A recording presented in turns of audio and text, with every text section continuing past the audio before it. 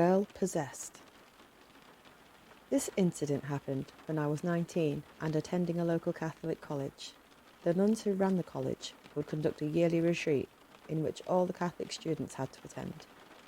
Being a devout Catholic, I went along and I looked forward to spending a little fun-filled time with my friends. The retreat was for 3 days, wherein about 150 girls resided on the college. For the entire day, we would sing, pray, and attend Mass. A priest named Father Joe was flown in to conduct the services for us. During that time there was a girl named Beverly. She was part of a popular group. She had dark hair and striking features, with long painted nails. It was day 2 of the retreat, and it was around 9 p.m. at night that Father Joe was praying over the gathering. He was invoking the name of many saints and asking for their intercession. The atmosphere was very intense and devotional, and many of us were overcome with emotion and sobbing. Suddenly, we noticed Beverly behaving very strangely. Her face was contorted. Her hair streamed out from all around her. Her eyeballs looked huge and very white. She couldn't be restrained in her seat and was making an attempt to go up and attack the priest. The scariest part was the sight of her nails. They looked like talons, and she used them to scrape on the wooden windows. She was in a rage. Her voice altered between that of a man's and a woman's and was very guttural. She kept screaming, "I'm going to kill you," to the priest. She said her name was Margaret, and that before she died, she used to work as a maidservant, and Beverly's house, the nuns, and some of the older girls had a hard time controlling her and pinning her down.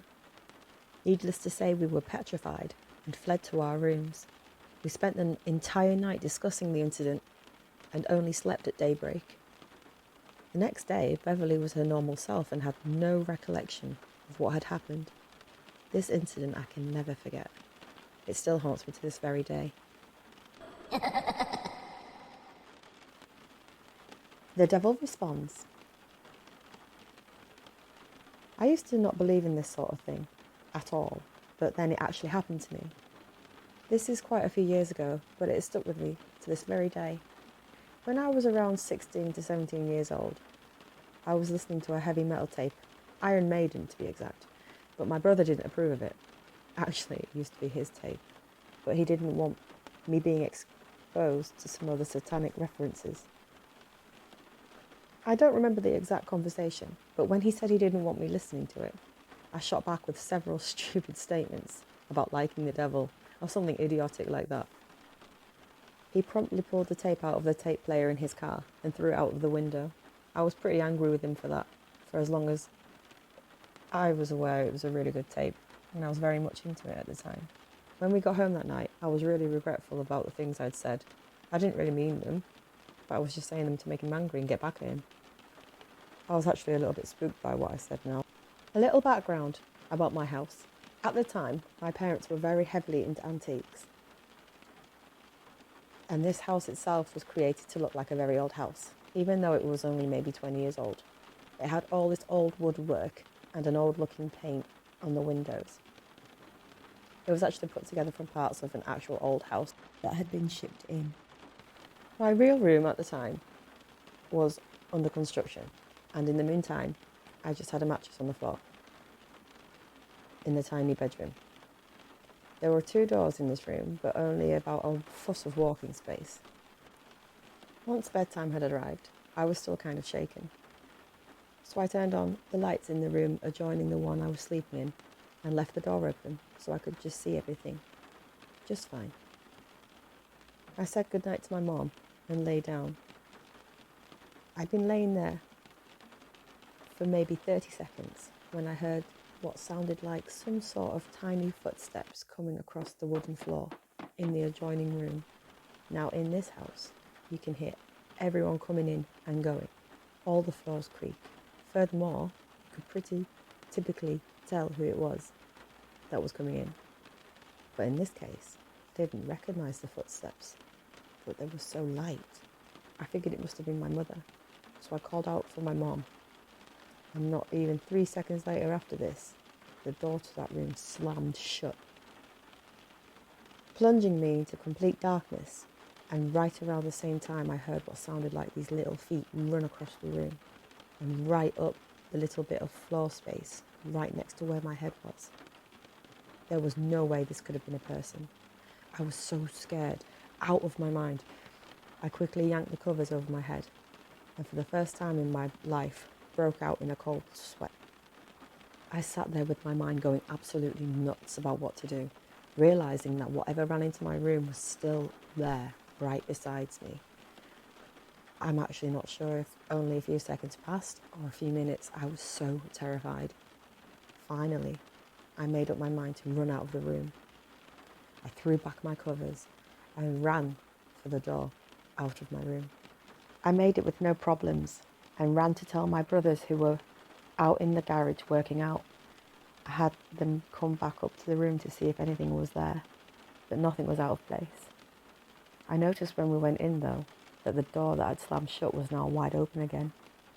My brothers have sworn over and over again that they had nothing to do with what I experienced, and there is no doubt in my mind that they didn't. It couldn't have been a person navigating in that dark room like what I heard.